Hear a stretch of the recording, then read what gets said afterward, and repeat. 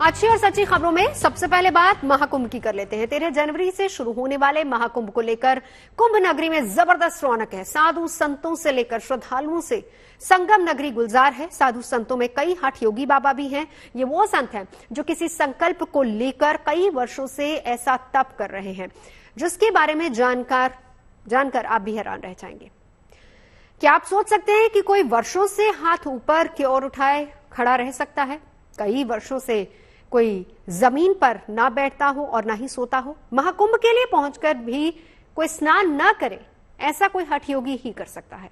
तो उन्हीं हठ योगियों के बारे में देखिए इस रिपोर्ट में।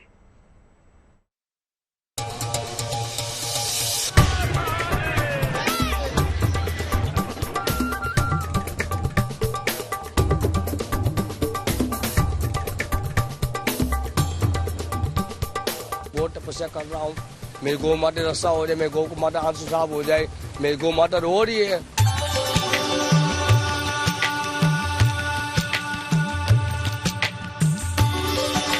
सोते कैसे? हम नहीं सोते हैं जी, ऐसा ही।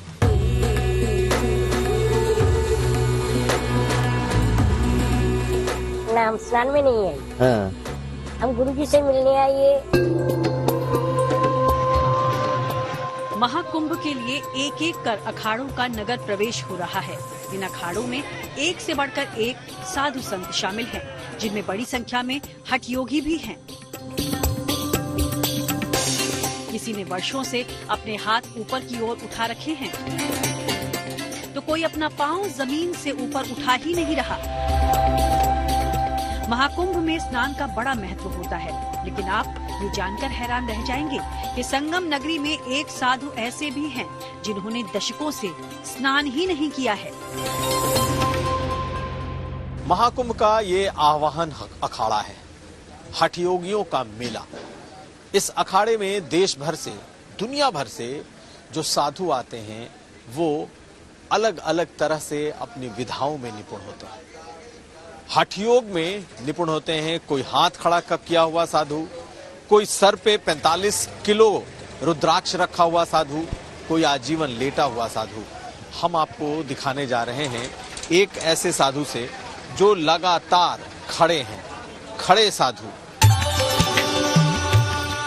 आवाहन अखाड़े के साधु खडेश्वर महाराज ने पिछले 11 वर्ष से अपना पांव जमीन से हटाया ही नहीं। ये न नीचे बैठते हैं और न नीचे सोते हैं। एक ड्रम के सहारे ये खड़े रहते हैं, जिस पर गद्दा और कंबल रखा हुआ है, और जब कभी सोना हुआ तो इसी पर सिर रखकर सो लेते हैं। खडेश्वर बाबा इसी तरह खड़े खड़े ही रोजमर्रा के कामकाज भी करते हैं।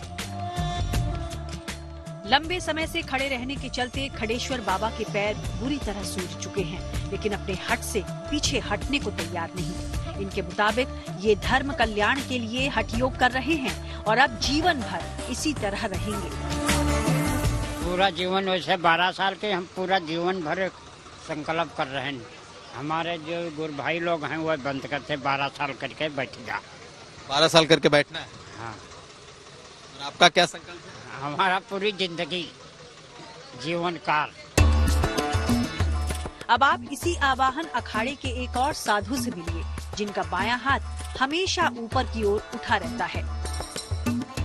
इनका नाम महंत महाकाल अद्भुत, महाकाल गिरी अद्भुत है और सचमुच अद्भुत है, क्योंकि आप इनके अगर आप शरीर को देखें तो इनका एक हाथ, बायां हाथ खड़ा है। महाकाल गिरी अद्भुत महाराज एक विशेष संकल्प को लेकर हठ योग कर रहे हैं। पिछले 9 साल से इन्होंने अपना बायां हाथ इसी तरह खड़ा कर रखा है, जिसे ये धर्म ध्वजा कहते हैं। लंबे समय से हठ योग के चलते इनका ये हाथ लकड़ी के जैसे अकड़ गया है। नाखून ऑक्टोपस की तरह टेढ़े मेढ़े हो चुके हैं, लेकिन ये अपना हठ छोड़ने को तैयार नहीं है। महाकाल गिरी अद्भुत महाराज गौ माता से विशेष प्रेम करते हैं और गायों की दयनीय दशा इनके मन को कचोटती रही है, और इसी को लेकर इन्होंने आजीवन अब इसी तरह अपने इस हाथ को धर्म ध्वजा की तरह ऊपर की ओर रखना ठान लिया है। ये गौ माता ढका की मार है, जो करोड़ देवता का वास हो रहा है गौ माता के अंदर, इसको ढके मार रहे हो मेरे गौ माँ को, तो मैं अपने शरीर को कष्ट नहीं दूंगा। बताओ, मेरी गौ माता रोती है, इसका कहाँ से पूछा किसने माँ का? बताओ, माँ का किसने कहाँ से पूछा ही नहीं, तो मैं कैसे अनिच्छा कर सकता हूँ? बताओ। आपका जो ये हठयोग है ये गौ माता के लिए? गौ माता के लिए बस, साफ कहना क्वेश्चन है, मेरी माँ के लिए हो रहा है। मैं भी किसी माँ का बेटा हूँ, सही नहीं, मैं भी किसी गुरु का शिष्य हूँ, कोई ऐसे रुबरा नहीं है। मैं भी किसी गुरु का लाल है जो कटने का सामना कर रहा हूँ, गौ तपस्या कर रहा हूँ। मेरी गौ माता रस्सा हो जाए, मेरी गौ माता आंसू साफ हो जाए, मेरी गौ माता रो रही है। संगम नगरी में महाकुंभ के लिए पहुंचे साधु संतों में कई अद्भुत संत मौजूद हैं। इन्हीं में से एक हैं ये लिलीपुट बाबा। महज 3 फुट 8 इंच के ये बाबा कुंभ नगरी में आकर्षण का केंद्र बने हुए हैं। पैरों में खड़ाऊ पहने ये चहलकदमी जब कर रहे होते हैं तो सभी का ध्यान इनकी ओर ही रहता है। आम लोग या श्रद्धालु ही नहीं बल्कि साधु संतों का भी इनसे बेहद लगाव दिखता है। ये अपना ताल्लुक जूना अखाड़ा से बताते हैं, लेकिन पहचान पत्र गुम होने के चलते फिलहाल छोटी सी कुटिया में रहते हैं। 57 साल के छोटे से बाबा का नाम गंगागिरी है, जो महाकुंभ में अपने गुरु से मिलने असम से आए हैं। लेकिन ये संगम में डुबकी नहीं लगाएंगे, क्योंकि इनके गुरु ने जब हठ योगी की दीक्षा दी थी तो इस शर्त के साथ कि ये नहाएंगे नहीं, इसलिए पिछले 32 वर्षों से इन्होंने स्नान ही नहीं किया है। ये बताइए, इस महाकुंभ में महास्नान में आप आए, लेकिन आप स्नान नहीं कर रहे? नहीं, हम स्नान नहीं करेंगे, ये हम पहले गुरुजी को बता दिया। हाँ। जी गुरुजी हम नहाते नहीं। तो कोई बात नहीं, हम जटा से नहा देंगे। जटा से नहाते? उन्होंने जटा से हमको नहा दिया। हाँ। हमारी जटा के ऊपर एक बूंद पानी देगा, वही सही है। तो ये क्या आपका एक हठ योग है, योग है कि आप किसके हमारी साथ? योग है। वो जब पूरा हो जाएगा तब हम नहा लेंगे, नहीं तो नहीं नहा लेंगे। क्या है नहाने की? ये बाबा स्नान नहीं करने के हठ योग की वजह जगत कल्याण को बताते हैं। यहाँ जब अपने गुरु का दर्शन हो जाएगा उसके बाद ये कभी भी यहाँ से चले जाएंगे। ऐसे अलग अलग विशेषताओं वाले बाबा बड़ी संख्या में कुंभ क्षेत्र में देखने को मिल रहे हैं और अभी महाकुंभ के चलने तक ये यहाँ आकर्षण का केंद्र बने रहेंगे। प्रयागराज के संगम तट से कुमार अभिषेक के साथ bureau report, good news today. और अब बात करते हैं देश को मिली सौगातों की। प्रधानमंत्री नरेंद्र मोदी ने आज देश को 69वां रेल डिवीजन दिया और इसके साथ ही उत्तर रेलवे को 6ठा डिवीजन जम्मू रेल डिवीजन के रूप में मिला है। और इस नए रेल डिवीजन से जम्मू कश्मीर की अर्थव्यवस्था के मजबूत होने के साथ साथ रोजगार के भी बड़े अवसर मिलने की उम्मीद है। इतना ही नहीं, जल्दी ही अब कश्मीर में भी रेल सेवा यानी कि ट्रेन का संचालन देखने को मिलेगा।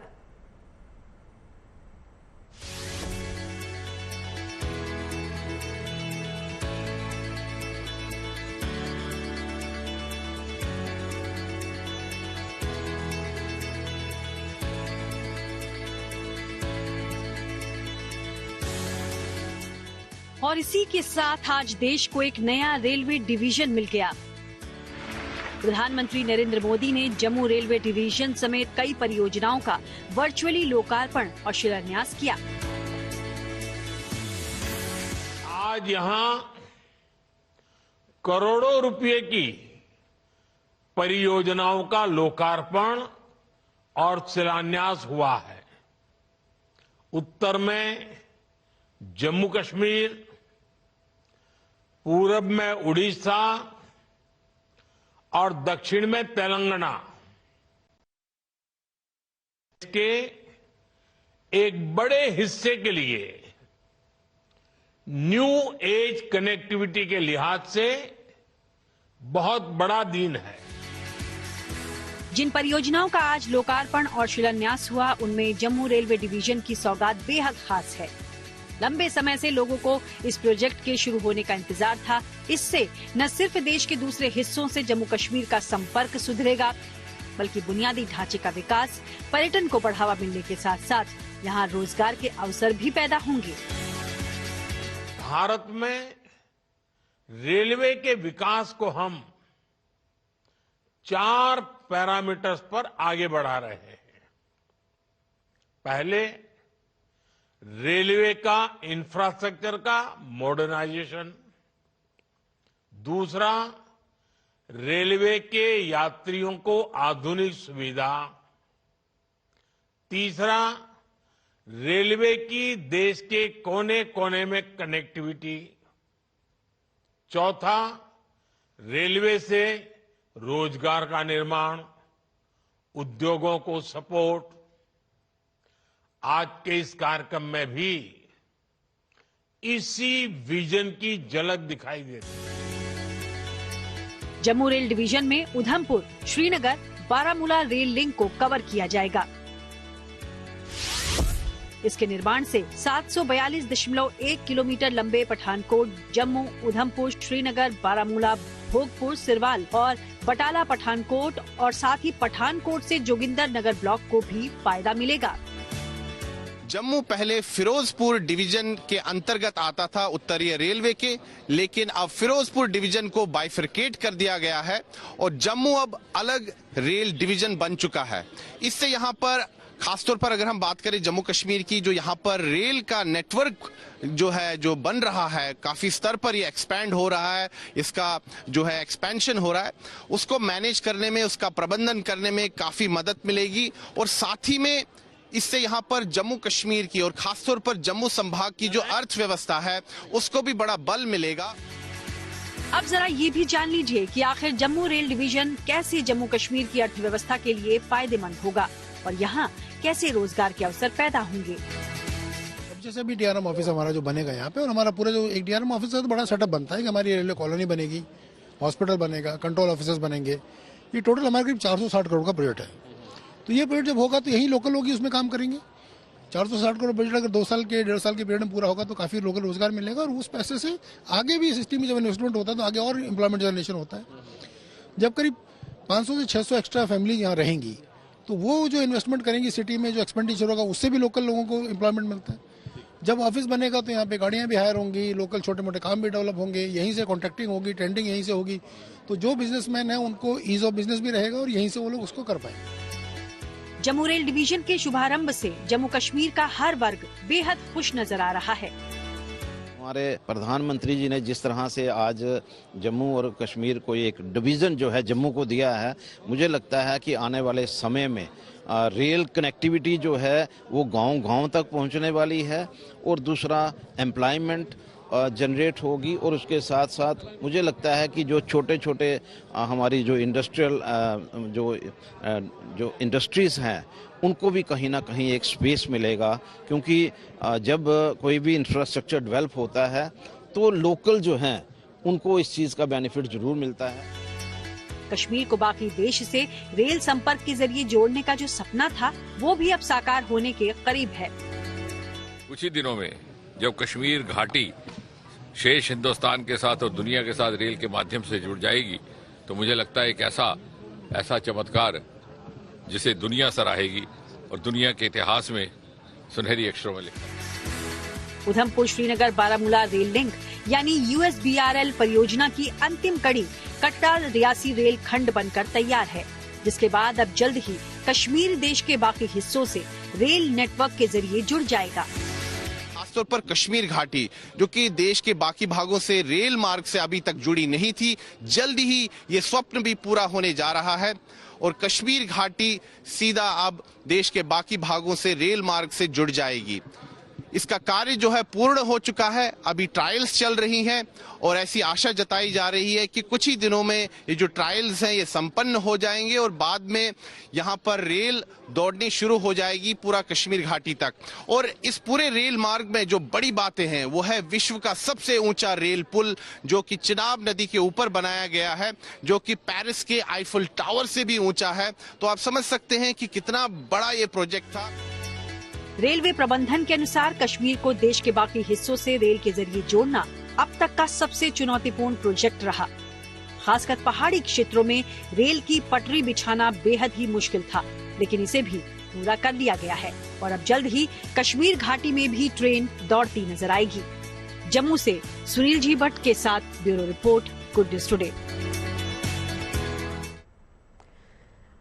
और अब एक बहुत जरूरी खबर, यह खबर हमारे और आपके बच्चों के स्वास्थ्य से जुड़ी हुई है। दरअसल चीन के बाद हमारे देश में भी HMPV वायरस पाया गया है और इस वायरस का नाम ह्यूमन मेटान्यूमोवायरस है जो बच्चों में तेजी से फैलता है।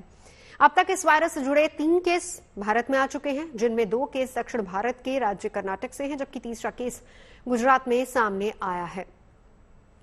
ICMR यानी Indian council of medical research के मुताबिक कर्नाटक के बेंगलुरु में 2 बच्चों में HMPV संक्रमण पाया गया, जिसमें एक 3 महीने की बच्ची है और दूसरा 8 महीने का बच्चा जिसमें संक्रमण पाया गया है। और इन दोनों केसेस में के बारे में केंद्रीय स्वास्थ्य मंत्रालय ने बताया कि ये बच्चे रूटीन जांच के लिए अस्पताल पहुंचे थे, जहां पर टेस्ट कराने पर उनकी रिपोर्ट पॉजिटिव आई है।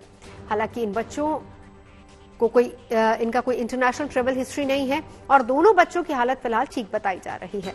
इसके अलावा तीसरा केस गुजरात में सामने आया और वहां अहमदाबाद के चांदखेड़ा में 2 महीने का बच्चा इस वायरस से संक्रमित पाया गया है, जिसका इलाज एक निजी अस्पताल में चल रहा है और बच्चे की हालत फिलहाल स्थिर बताई जा रही है।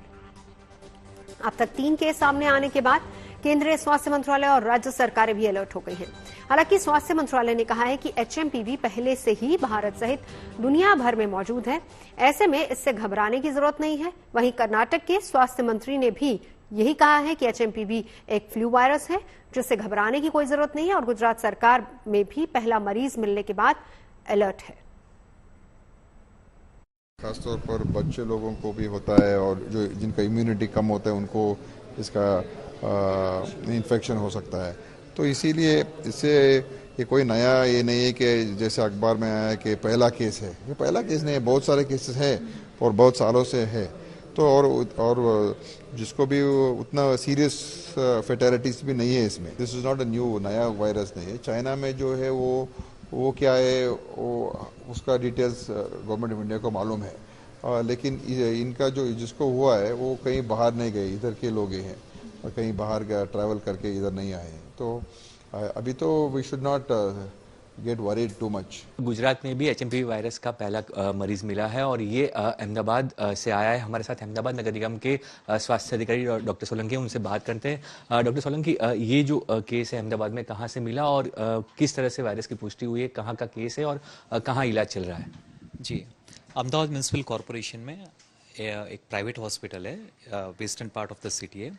तो वहाँ पे 2 मंथ ओल्ड मेल चाइल्ड वहाँ पे मेटान्यूमोवायरस डिटेक्टेड वहाँ पे हुआ है।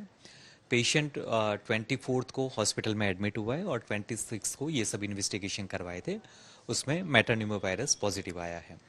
पेशेंट की कंडीशन के बारे में, पेशेंट बेसिकली डूंगरपुर राजस्थान से है और ट्रीटमेंट के लिए प्राइवेट हॉस्पिटल में अहमदाबाद में आया था।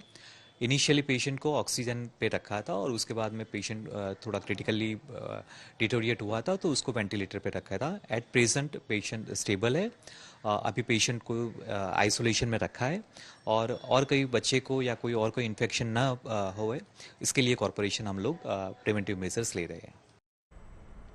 और जिस HMPV वायरस को लेकर हड़कंप मचा है, दरअसल ये कोई नया वायरस नहीं है, बल्कि US centre for disease control and prevention यानी कि CDC के मुताबिक सबसे पहले से 2001 में डिटेक्ट किया गया था।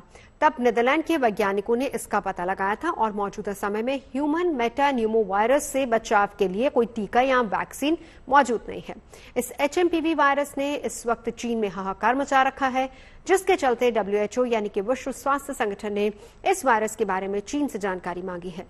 इस बीच देश में भी इसके 3 मामले सामने आ चुके हैं। ऐसे में आपके लिए जानना बहुत जरूरी है कि इस वायरस से होने वाली बीमारी के लक्षण क्या हैं और ये वायरस किसे प्रभावित कर सकता है और इससे बचाव के उपाय क्या हैं, ये अब आपको तफसील से समझाते हैं। दरअसल इस वायरस की वजह से सर्दी, खांसी, बुखार, कफ की शिकायत हो सकती है। इससे पीड़ित व्यक्ति के गले में खराश, थकान, कमजोरी, सांस लेने में दिक्कत, छाती में दर्द, जकड़न होना जैसे लक्षण पाए जाते हैं। ये वायरस संक्रमित लोगों के खांसने, छींकने के दौरान उनके करीब रहने से फैलता है और ये HMPV वायरस खास तौर पर बच्चों पर ज्यादा असर डालता है। हालांकि कमजोर इम्यूनिटी वाले लोगों और बुजुर्गों पर भी इसका असर देखा गया है। ऐसे में इससे बचाव का सबसे अच्छा तरीका यही है कि आप अपने हाथ साफ रखें, खांसते छींकने के बाद अपने हाथ जरूर धो लें, मास्क पहन के रखें, सोशल डिस्टेंसिंग जैसे उपायों का पालन करें। खांसते छींकते समय मुंह और नाक को ढकना बहुत जरूरी है। बार बार हाथों को नाक या मुंह पर न लगाएं। इसके अलावा घर में साफ सफाई रखें। अगर लक्षण गंभीर दिखे तो तुरंत डॉक्टर से संपर्क किया जाए। इसके लक्षण भले ही कोरोना वायरस से मिलते जुलते जरूर हैं, लेकिन राहत की बात यह है कि इस वायरस का अभी तक कोई ऐसा वेरिएंट नहीं देखने को मिला है जो कि कोरोना की तरह विस्फोटक अंदाज में फैलता हो। इसी के चलते विश्व स्वास्थ्य संगठन ने अभी फिलहाल इसके महामारी होने की पुष्टि नहीं की है और न ही कोई इमरजेंसी अलर्ट घोषित किया गया है। लेकिन देश में 3 केस सामने आने के बाद केंद्र सरकार और राज्य सरकारों ने इस वायरस को लेकर दिशा निर्देश जारी कर दिए हैं। हमें ऐसा नहीं लगता इन द सेंस कि यहाँ पे मेटान्यूमो वायरस एक नॉर्मल रेस्पिरेटरी वायरस है जो जुकाम जैसी बीमारी करता है, या कुछ लोगों में फ्लू जैसे सिम्टम्स हो सकते हैं, खासकर जो बहुत बूढ़े लोग हैं या बहुत 1 साल से कम उम्र के बच्चे हैं। लेकिन ऐसी कोई सीरियस बीमारी नहीं है जिससे चिंता करने की ज़रूरत है। इन दिनों सर्दी के दिनों में रेस्पिरेटरी वायरस इन्फेक्शंस होते हैं और हमारे हॉस्पिटल्स और इंस्टीट्यूशंस इनको हैंडल करने के लिए तैयार हैं। बेड्स की भी अवेलेबिलिटी है, ऑक्सीजन वगैरह की भी अवेलेबिलिटी है। स्पेसिफिकली दवाइयाँ चाहिए नहीं होती बिकॉज इसके अगेंस्ट कोई स्पेसिफिक एंटीवायरल ड्रग्स है नहीं। जहाँ तक कि हमारे यहाँ का डेटा का सवाल है, कोई ऐसा बहुत ज़्यादा केसेस नहीं आ रहे हैं, ना तो हमारे हॉस्पिटल्स में, ना ही हमारे डेटा में जो IDSP पे आता है, जो ICMR का डेटा है, उसके हिसाब से नॉर्मल इंक्रीज जो सर्दियों में होता है वही है, उससे ज़्यादा सीरियस कुछ नहीं है। तो चिंता करने की आवश्यकता देश को नहीं है इस वक्त। HMPV वायरस को लेकर एक्सपर्ट्स का क्या कहना है और उनके क्या है सुझाव लोगों के लिए, जानते हैं।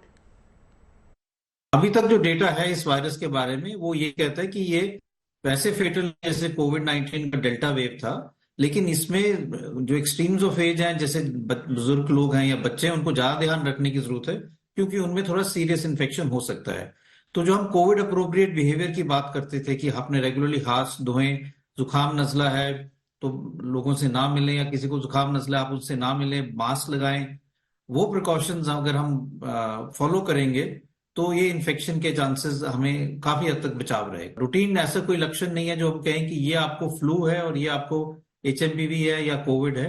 सिम्टम्स सारे एक जैसे ही हैं काफी हद तक और यूजुअली माइल्ड रहते हैं। सर्दियों में ज्यादा केसेस आते हैं क्योंकि ये वायरस हवा में काफी लंबे टाइम के लिए रहता है और फैल सकता है, इसलिए सर्दियों में लोगों को ज्यादा ध्यान रखने की जरूरत है, स्पेशली आजकल का जैसे मौसम है। देखिए, कुछ चीजें हैं जो हम जनरल कहते हैं कि आपको अपने आप को अगर बचा के रखना है इस मौसम में, चाहे वो HMPV से हो, चाहे कोविड से हो, चाहे इन्फ्लुएंजा से हो, तो रेगुलर हैंड वॉशिंग, इस मौसम में मास्क लगा के रखें और थोड़ा ध्यान रखें कि आपको किसी से एक्सपोजर ना हो। वो सारे वायरल इन्फेक्शंस के लिए कामयाब रहेगा। अगर खांसते हो तो टिश्यू के अंदर खांसे, हवा में ना खांसे, या अपने बाजू के अंदर खांसे, जो हम कहते हैं कफ एटिकेट्स, वो फॉलो करें तो हम इस वायरस को आगे फैलने से रोक सकते हैं।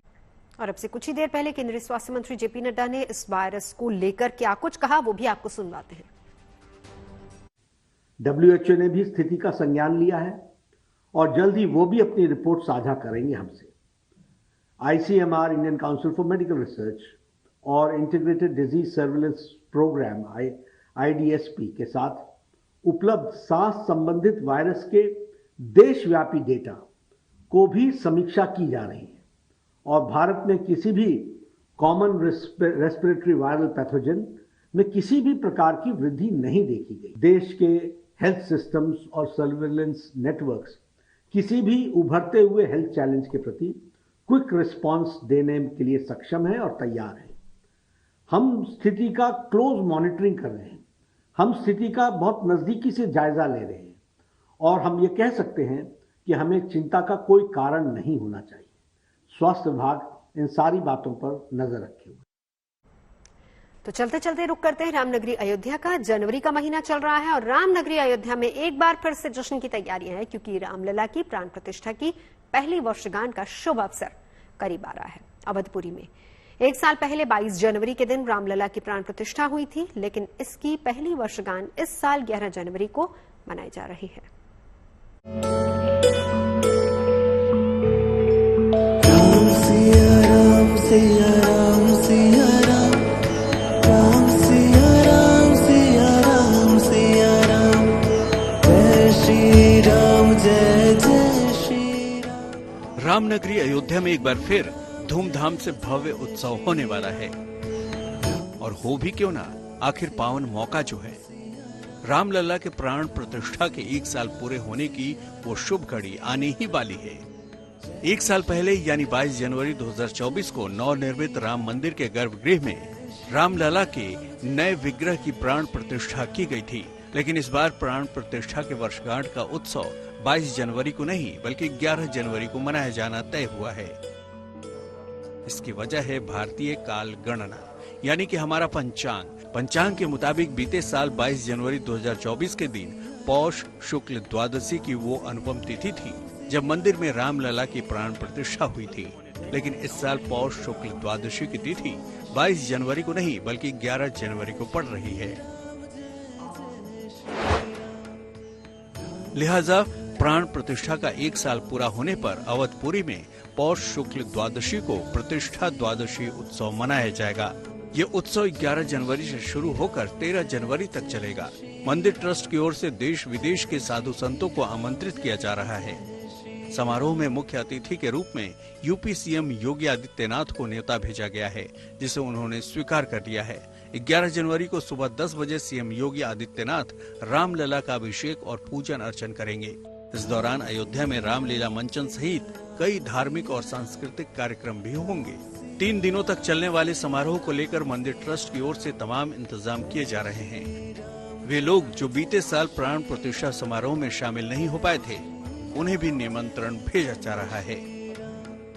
अयोध्या के आसपास का समाज हम उनको 22 तारीख को नहीं बुला सके।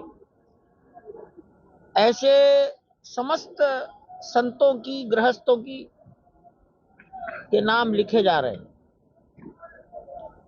सारे देश से लगभग 70 संत महात्मा